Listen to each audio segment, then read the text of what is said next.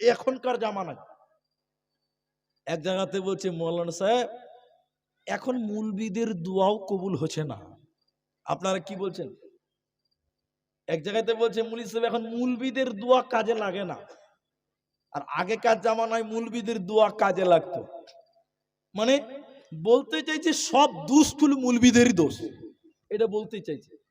তা না, আমি বললাম কেউ যদি হারাম খায় তাহলে তার দোয়া কবুল হবে না। হবে? বলুন হবে? একটা হাদিস আপনাকে বলি, এদিকে তাকান।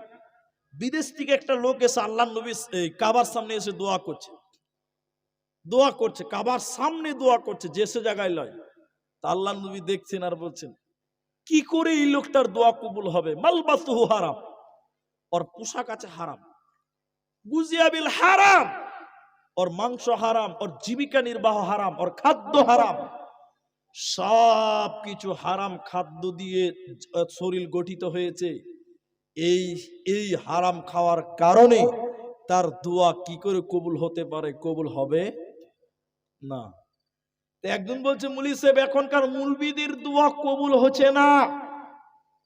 আমি বললাম হারাম খেলে কোনোদিন দোয়া কবুল হবেও না। তখন বলছে তাহলে মুলবিরাও কি হারাম খায়? আমি বললাম মুলবিরা হারাম খায় না, কিন্তু মুলবিদের কায়দা করে হারাম খিলানো হয়। হ্যাঁ কিনা বলুন? বুঝতে পারেননি মনে হয়। যারা গ্রামবাসী আছেন শুনলেন, গ্রামে যে লোকটা বেশি সুদের টাকা দেয় ওই লোকের বাড়ি দেখবেন ইমাম সাহেবের খালি ঘন ঘন দাওয়াত থাকে, কি থাকে না? যে লোকটা হারাম খায় ওর বাড়িতে মুলবি সাহেবের খালি ঘন ঘন দাওয়াত। মানে বলতে চাইছে আমি একা জাহান্নাম যাব, তোকে নিয়ে জাহান্নাম যাব। মানে হারাম মুলবিকেও খিলাবে, বাদ দেবেন না। খরচের ব্যাপারটা আপনাকে তিনটা কথা মনে রাখতে হবে, এটা সবচেয়ে জরুরি কথা। আপনি এদিকে তাকান, আল্লাহ বলবেন তোমাকে আমি এত লক্ষ টাকা দিয়েছিলাম, টাকার হিসাবটা দেন। এবার আপনি হিসাব দেন, আমার দিকে তাকান। আল্লাহ মাদ্রাসায় জালসাতে দিয়েছিলাম 20,000 টাকা, মসজিদে জালসায় দিয়েছিলাম 10,000 টাকা, এটা ইয়েতিমকে দিয়েছিলাম 5,000 টাকা, এটা মাদ্রাসায় একটা বাচ্চা ভর্তি হবে তাকে দিয়েছিলাম 1,000 টাকা, এটা বিধবাকে দিয়েছিলাম 500 টাকা, এটা ফকির এসেছিল তাকে দিয়েছিলাম 200 টাকা। এই করে করে আল্লাহ বলছে ঠিক আছে, মসজিদ দিলি, মাদ্রাসায় দিলি, এখানে দিলি, বিধবাকে দিলি, ইয়েতিমকে দিলি, গরিবের উপকার করলি, খুব ভালো। হঠাৎ করে লোকটা বলছে আল্লাহ 500 টাকা পার্টির ছেলেরা বলছিল গান করব তার লেগে চাঁদা দিয়েছিলাম। আল্লাহ বলবে বান্দা 500 টাকা গান করার জন্য কেন দিয়েছিলা, কিসের কারণে দিয়েছিলা, জবাবটা তুমি আমাকে দাও। তখন কিন্তু আপনি আল্লাহকে উত্তর দিতে পারবেন না, পারবেন না। অতএব কামাই করবেন খুব হুঁশিয়ারে, আর খরচ করবেন সেটাও বড় হুঁশিয়ার। আল্লাহ নবীকে বললেন শুনে নাও, আমার উম্মত নিজের মুখের হিফাজত করবে না, যা পাবে তাই তারা ভক্ষণ করবে, যা পাবে তাই তারা খাবে, ওরা কোন রকম তাওয়াক্কা করবে না, পরোয়া করবে না। তাহলে 4টা হয়ে গেল। 1 নম্বর তোমার হায়াত সম্পর্কে প্রশ্ন করা হবে, 2 নম্বর যৌবনকাল সম্পর্কে প্রশ্ন করা হবে, 3 নম্বর কোথা থেকে ইনকাম করেছো প্রশ্ন করা হবে, আর কেমন করে খরচ করেছো সেটাও জিজ্ঞাসা করবে। অতএব নিজের মাল বিবেচনা করে তুমি খরচ করিও, না হলে মালের কারণে আল্লাহ জাহান্নাম দেবে, কোনো উপায় রবে না।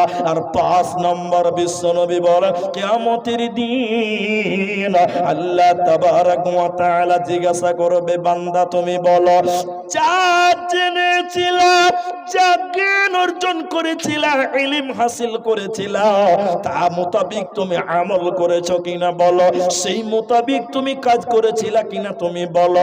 অতএব যা জেনেছো তা মেনেছো কিনা বলো। যদি জেনে শুনেও না মানো, এই জানার কারণে আল্লাহ তোমাকে জাহান্নামে দিয়ে দেবে। সাহাবীদের অভ্যাস ছিল কেমন, ক্বালু সামিনা ওয়া আতানা, সাহাবায়ে কেরাম যখন শুনতেন, শোনার সঙ্গে সঙ্গে তারা ইতাআত করত। করতেন, অনুসরণ করতেন, অনুকরণ করতেন।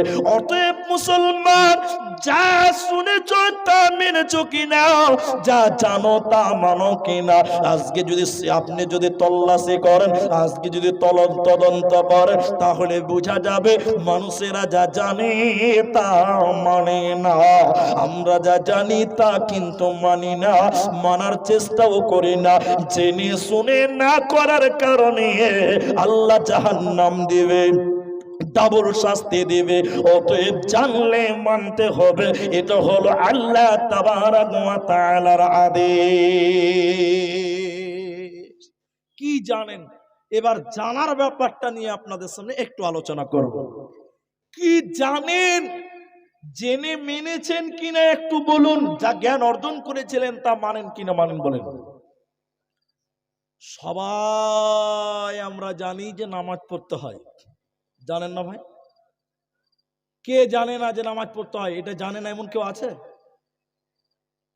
সবাই জানি যে আমরা নামাজ পড়তে হয়, কিন্তু আপনারা বলুন, সবাই নামাজ পড়ে? বলুন, পড়ে? পড়ে না। সবাই জানে যে আল্লাহর ফরজ রোজা রাখতে হয়, কিন্তু বলুন, রাখে সবাই? গ্রামে যারা নামাজ পড়ে না, রোজা রাখে না, আমার মনে হয় ওরাই বেশি ফতোয়া দেয়। হ্যাঁ কিনা বলুন? যারা নামাজ রোজা করে না, ওদের ফতোয়া লম্বা বেশি। কথা হ্যাঁ কিনা বলুন? অনেক দেখবেন, অনেক অনেক অনেক বাসে বাসে বাংলাদেশের একজন বক্তা বলছিলেন, বাসে যাচ্ছে জলসা করতে, খুব বড় আলেম, তার কথাটাকে আমি আপনাকে শোনাচ্ছি। তো নামাজের টাইম হয়ে গেছে, মাওলানা বলছেন যে, এই কন্ট্রাক্টর, বাসটা তুমি খালি বেশি লয় 5 মিনিট থামাও, উজু করা আছে, আমি নামাজটা পড়বো 2 রাকাত, মুসাফির মানুষ। বাসের কন্ট্রাক্টর তো নামাজ পড়ে নাও, হারামখোর। ও তখন মুফতি সাহেব মাওলানাকে বলছে, মাওলানা সাহেব, যানবাহনও নামাজ চলবে। যানবাহনে কি? আচ্ছা, মুলি সাহেব জানে না যে যানবাহনে নামাজ চলবে? জানে না?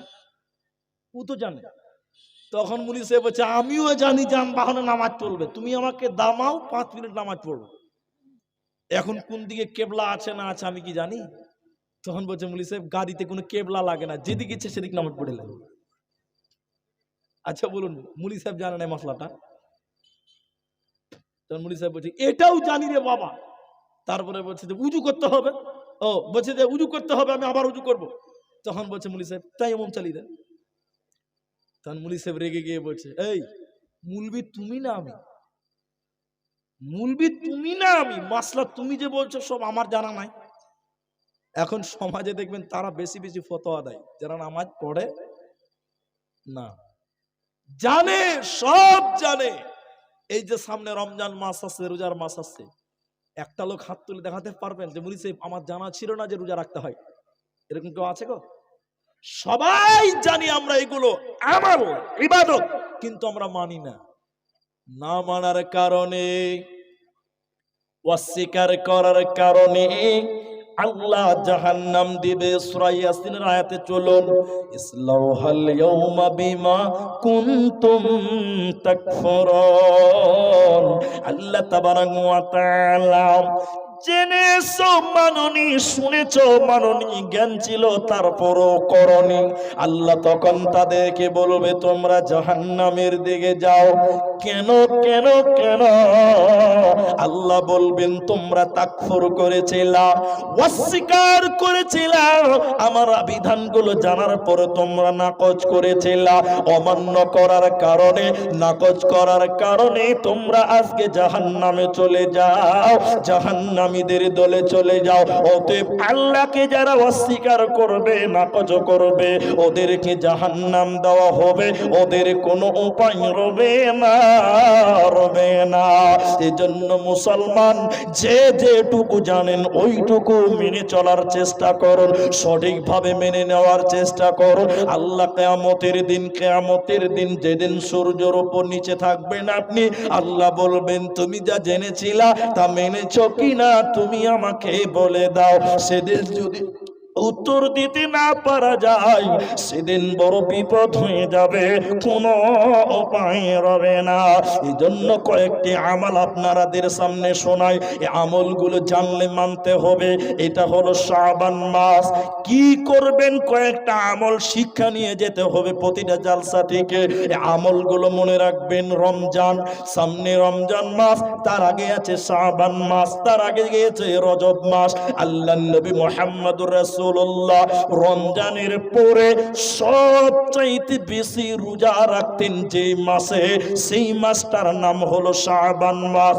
অতএব রমজানের আগের মাসে নবীজি বেশি বেশি করে রোজা রাখতেন, বেশি বেশি নফল সিয়াম পালন করতেন।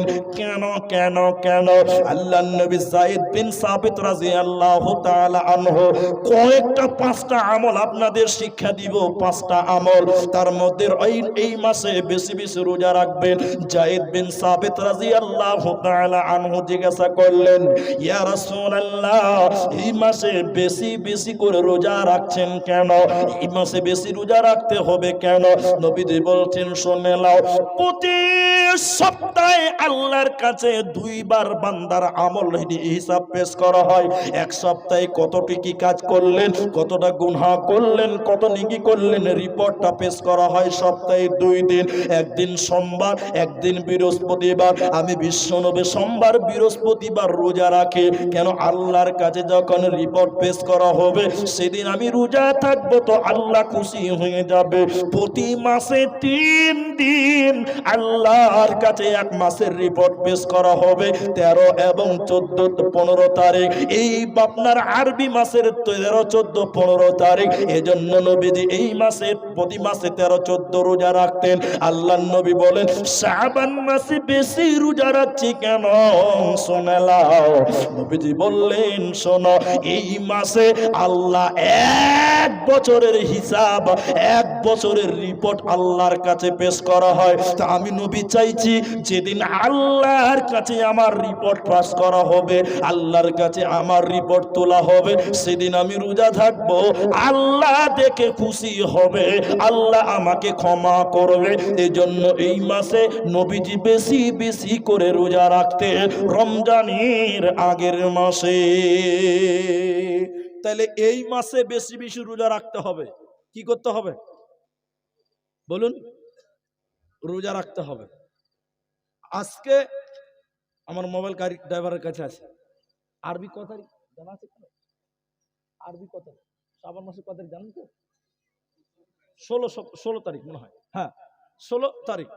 তো 17 তারিখ পড়ে গেছে, মাগরিব পেরিয়ে গেছে 17। এখন 17 চলছে। আমাদের মুসলমানের, আপনারা হ্যাঁ না বলবেন, আমাদের অনেক মা বোনেরা ভুল জেনে আছে। কি জানেন?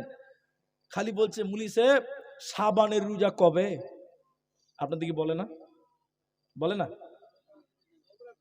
শবে বরাতের রোজা, ওটা মানে তাহলে এদিকে আরো ফাস্ট।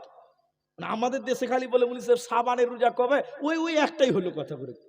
তার মানে এরা বলতে চাইছে শাবান মাসে নির্ধারিত একটা রোজা আছে, এটা বলতে চাইছে।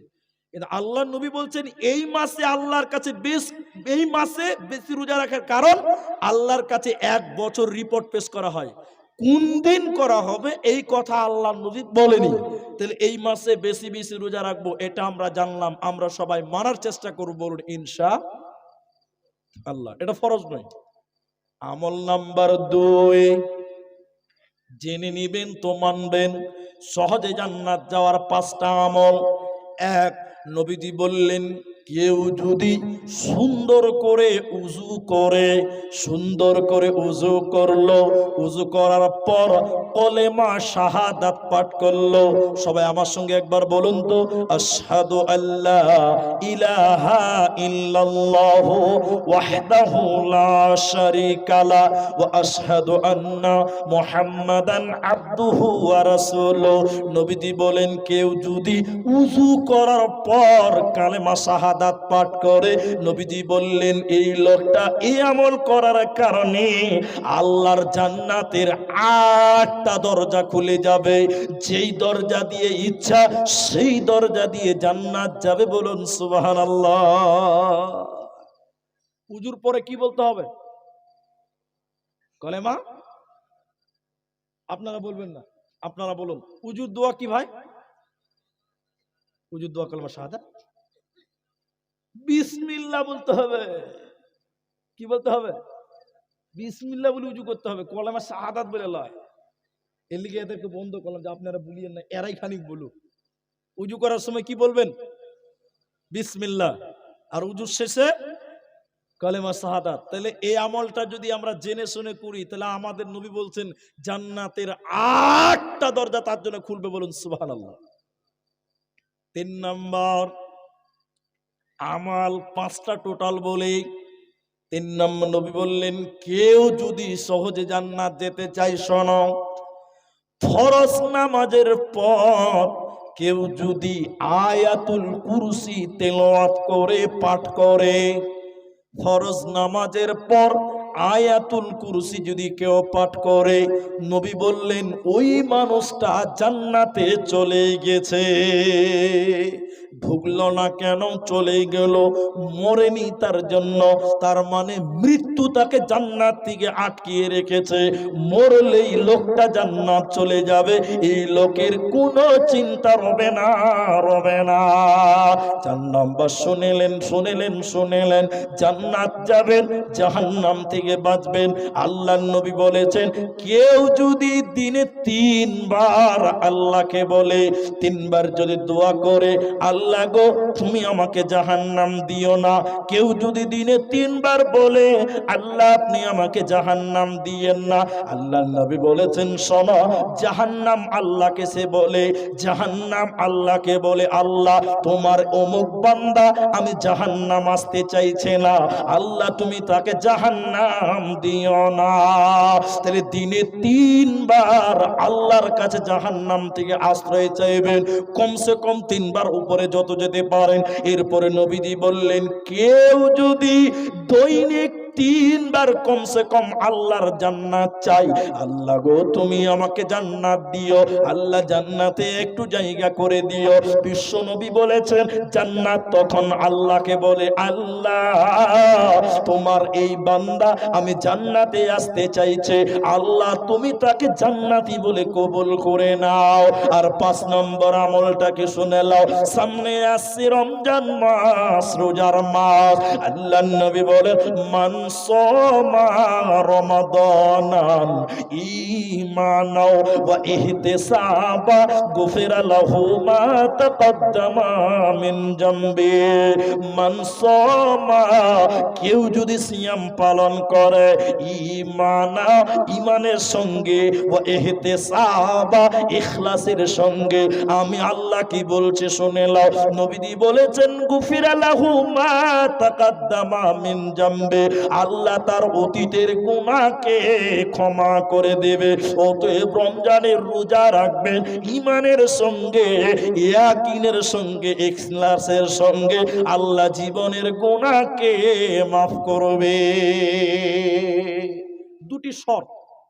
দুটি শর্ত নিয়ে করতে হবে, এক ঈমান, আরেকটা হলো ইখলাস। ইখলাস কি? শুধুমাত্র আল্লাহর জন্য। আর ঈমান কি?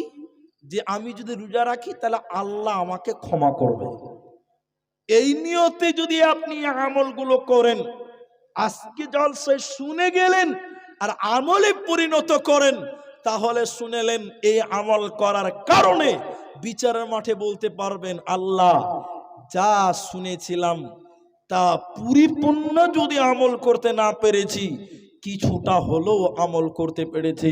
কিন্তু বড় দুঃখ লাগে আজকে মুসলমান শুনে অনেক জানে, কিন্তু মুসলমান আজকে মানতে রাজি নয়। বীরভূমের একটা থানা আছে, তার নাম হলো লাভপুর থানা। লাভপুর থানার মিরবাদ গ্রামে জলসা, অনেক দিন আগেকার কথা। আব্দুল্লাহ বিন ইদ্রিস রাহেমাহুল্লাহ মারা গেছে। খুব ভালো, আমার নজরে খুব ভালো মানুষ ছিলেন। আল্লাহ তুমি তাকে জান্নাত দিও বলুন আমিন। তো না, তিনার ছেলে বক্তব্য রাখছিলেন আমার আগে, আহমদুল্লাহ বক্তব্য রাখছিলেন ওই গ্রামে বীরভূমে। কি বক্তব্য রাখছিলেন? হারাম সম্পর্কে। উনি বলতে বলতে এক পর্যায়ে বলতে লাগলেন বিড়ি খাওয়া হারাম, জর্দা খাওয়া হারাম, মদ খাওয়া হারাম, যেগুলো শরীয়তের কথা সেগুলো বলছেন। তো এবার হালকা করে বৃষ্টি পড়ছে, তা আমাকে কমিটির লোক বলছে তাড়াতাড়ি চলেন হুজুর, আপনাকে বক্তব্য রাখতে হবে, অনেকদিন আগের কথা। স্টেজে নিয়ে যাচ্ছে তো কিছু লোক খালি ওই মুরগি সাহেবের হারাম হারাম শুনছে, আর রাস্তাতে যখন জোরে জোরে বৃষ্টির ফোঁটা পড়ছে তখন বিড়ি খেয়েছে আর বিড়ি খেয়েছে আর দৌড়তে বাড়ি দিয়ে দিয়েছে। তাহলে আমাদের সমাজে রিজাল্ট কি দাঁড়ালো? শুনলো কিন্তু মানলো? মানলো? জালসা এখন শুনলো নগদ, এখন শুনে এখনই মানলো না। তাহলে এবার চলুন মূল হাদিসটাতে আবার ফিরে যাই। নবীজি বললেন, আল্লাহ বলবেন, যা জেনেছিলা তা মেনেছো কিনা বলো। এবার পাঁচটাকে এক নজরে বুঝে দিয়ে আপনাকে তাহলে বুঝতে পারবেন। আল্লাহ তাবারাক ওয়া তাআলা বলেন, ইয়া আইয়ুহাল্লাযীনা আমানুত্তাকুল্লাহ হাক্কা তুকাতিহি ওয়া লা তামুতুন্না ইল্লা ওয়া আনতুম মুসলিমুন। হে ঈমানদারেরা, আল্লাহকে ভয় করো যতটুকু ভয় করা দরকার, ততক্ষণ পর্যন্ত মৃত্যুবরণ করিও না যতক্ষণ মুসলিম না হতে পারো। আর মুহাদ্দিসিনে কেরাম এই হাদিসটাকে নিয়ে আলোচনা করতে বলে বসে বলেছে, অতক্ষণ পর্যন্ত তোমরা কবরে যেও না, অতক্ষণ পর্যন্ত মৃত্যুবরণ করিও না যতক্ষণ পাঁচটা সওয়ালের জবাব রেডি করতে না পারো। এখন আপনি চিন্তা ভাবনা করে দেখুন, আপনার জীবনের পাঁচটা প্রশ্নের উত্তর রেডি করতে পারলাম কিনা। যদি না পারা যায় সেদিন বড় কঠিন বিপদ হয়ে যাবে। তাই আল্লাহ তাবারাক ওয়া তাআলা বলেন, শুনে নাও, ওয়া কাযাবু বিইন্নাহুম কানু লা ইয়ারজুনা হিসাবা। আল্লাহ তাবারাক ওয়া তাআলা ওই অবস্থায় কিয়ামতের দিন পাঁচটা উত্তর না দেওয়ার জন্য দাঁড় করবে আর বলবে, তোমরা শুনে নাও, তোমরা আজকে এই অবস্থায় থাকো, পরে তাদেরকে জাহান্নামের দিকে নিয়ে যাওয়া হবে, এক চুল পরিমাণ জান্নাতের দিকে আগাতে দেবে না। কারণগুলো এবার আল্লাহ একটা একটা করে বলছে, শোনো। প্রথম কারণ, কিয়ামতের দিন আল্লাহ তাদের অপমান করার প্রথম কারণ হলো ওরা আখিরাতকে অস্বীকার করেছিল, ওই বিচারের দিনকে অস্বীকার করেছিল। দুনিয়াতে পাঁচটা প্রশ্নের উত্তরকে তারা স্মরণ করে না, এর জন্য কিয়ামতের দিন আল্লাহ তাদের দাঁড় করে রাখবে, এরপরে তাদের জাহান্নাম দিবে। কেমন করে আল্লাহ অপমান করবে, কোরআনের দিকে চলুন। আল্লাহ তাবারাক ওয়া তাআলা বলবেন, জাহান্নাম তুমি কিয়ামতের মাঠে চলে এসো, আগিয়ে চলে এসো। জাহান্নামে ৭০,০০০ লাগাম আছে, প্রত্যেকটা লাগামে ৭০,০০০ করে ফেরেশতা আছে। ওই ফেরেশতারা কিয়ামতের দিন জাহান্নামকে টেনে টেনে টেনে টেনে কিয়ামতের ময়দানে হাজির করবে।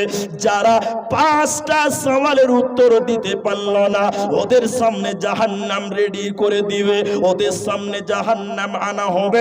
আল্লাহ তাদের অপমান করে বলবে, দেখে নাও হে দুনিয়ার জালেমেরা, দুনিয়ার আপনার কিনা মুশরিকেরা, ফুজ্জারের দল, তোমরা তাকিয়ে দেখো। আল্লাহ কোরআনে বলেছেন, তখন আল্লাহ বলবেন, হাদিহি জাহান্নামুল্লাতি কুনতুম তুআদুন। এটাই সে জাহান্নাম যে জাহান্নামের ব্যাপারে দুনিয়াতে তোমাদেরকে ওয়াদা দেওয়া হয়েছিল। দুনিয়াতে তোমরা আমি আল্লাহকে মানো নাই, তোমরা আমাল করনি, যৌবনকালে আল্লাহর ইবাদত করনি, আখিরাত ভুলে তোমরা উদাসীনতার জীবন গড়েছিলা। রেডি হয়ে যাও, এই যে জাহান্নাম, হাদিহি জাহান্নামুল্লাতি কুনতুম তুআদুন, যে জাহান্নামের ব্যাপারে দুনিয়াতে তোমাদেরকে ওয়াদা দেওয়া হয়েছিল, এবার তোমরা তৈরি হয়ে যাও, জাহান্নাম যেতে হবে, কোনো উপায় রবে না। অতএব মুসলমান হুঁশিয়ার হয়ে যাও, না হলে এই পাঁচটা সওয়ালের জবাব না দিতে পারলে অপমান করে কিয়ামতের দিন আল্লাহ জাহান্নাম দিবে। দ্বিতীয় কোন জায়গাতে এদের অপমান করা হবে শুনেলেন আল্লাহ তাবারাক ওয়া তাআলা সূরা মুদাসসিরের ভিতরে আল্লাহ বলছেন, শোনো, ওয়া কুন্না নাখুদু মাআল খাইদিন ওয়া কুন্না নুকাদ্দিবু বিয়াউমিদ্দিন। এই লোকগুলোকে কিয়ামতের দিন বলা হবে, তোমরা সাকার নামে জাহান্নাম যাও। তোমাদেরকে সাকার নামে জাহান্নাম আজকে যেতে হবে। কেন তোমরা সাকার নামে জাহান্নাম যাবে? চারখানা কারণ, তার মধ্যে উল্লেখযোগ্য একটা হলো দুনিয়াতে আমি আল্লাহকে তোমরা স্মরণ করোনি। আজকের দিনে তোমাদের 5টা প্রশ্নের উত্তর দিতে হবে, তোমরা মানতে না। 5টা প্রশ্নের উত্তর তোমরা রেডি করোনি, হিসাবের দিনকে তোমরা মনে করোনি, বিশ্বাস করতে না। ওয়া কুন্না নাখুদু মাআল খাইদিন ওয়া কুন্না নুকাযযিবু বিয়াউমিদ্দিন। বিচারের মাঠটাকে মিথ্যা মনে করেছিলা। মুলবিরা বলেছিল হিসাব দিতে হবে, 5টা প্রশ্নের উত্তর দিতে হবে। তোমরা বলেছিলে মরার পর কিছুই হবে না, হিসাব লাগবে না। এই অস্বীকার করার কারণে তোমাদেরকে আজকে জাহান্নাম যেতে হবে। অতএব মুসলমান, আল্লাহর নবী বলেছেন লা তাযালু কাদামু ইবনে আদম, এক কদম জান্নাতের দিকে আগাতে দেওয়া হবে না যতক্ষণ পর্যন্ত 5টা প্রশ্নের উত্তর দিতে না পারা যায়। ভাইয়া, আপনাদের অনেক লোক চলাচল করছেন, আরো কিছু অপমান করবেন আল্লাহ, যারা এই 5টা প্রশ্নের উত্তর দিতে পারবে না। একটু আপনাদেরকে ধৈর্য ধরতে বলছি, শোনেন ভাই। আপনারা চলেই যাবেন, অনেক লোক উঠাউঠি করছেন। আমি আজকে আর হয়তো 2-1টা হাদিস আপনাদের সামনে আয়াত তুলব। তো তার আগে আপনাদেরকে বলি, এই যে জলসাটা, কই কাগজ, কই জলসার কাগজ, কই জলসার কাগজ, এই যে জলসাটা আপনারা দিয়েছেন, এই যে মাদ্রাসার জলসা, মা বোনেরা এখনো ভর্তি হয়ে আছে, আমি দেখতে পাচ্ছি। তবে আজকে মহিলাদের বক্তব্য রাখলাম না, মায়েদের ব্যাপারে আমি আজকে বিশেষ করে বক্তব্য রাখিনি। তবে আজকের এই 5টা সওয়াল, নারী এবং পুরুষ, এই 5টা প্রশ্ন সবার জন্য প্রযোজ্য। এই যে মাদ্রাসা দারুল কোরআন করমজি মাদ্রাসা, এই মাদ্রাসার জালসা আপনারা এসেছেন, দূর দূরান্ত থেকে উলামায়ে কেরাম এসেছেন। আমি আপনাদের 5টা প্রশ্নের গুরুত্বটা আপনাকে বুঝাতে পারলাম না, তারপরেও যেটুকু বললাম, আর একটা হয়তো হাদিস আপনাদের সামনে তুলব। প্রায় 1:45 বেজে গেল, 1:45 বেজে গেল, 1টা বাজতে মাত্র 15-16 মিনিট টাইম বাকি আছে। আপনারা যেতুটি মানুষ আছেন আমার সামনে, ও চাদরওয়ালা ভাই, আপনারা ঘুরছেন, আপনারা জলদি করে উঠে যান। চাদর দেখলেও মানুষেরা ভয় পায়। পানির বোতল আছে এখানে, এখানে যারা আছেন আপনারা, আপনারা এদিকে তাকান, এদিকে তাকান। মাত্র 30 মিনিট টাইম আপনাদের কাছে চাইছি, 30 মিনিট আপনারা দেবেন? আল্লাহু আকবার। আমাদের উস্তাদ বললেন সেদিন যে আমরা জীবন ধরে বক্তব্য রাখছি, কলের পানি না তো, জীবন ভর বক্তব্য রাখছি, কিন্তু আজ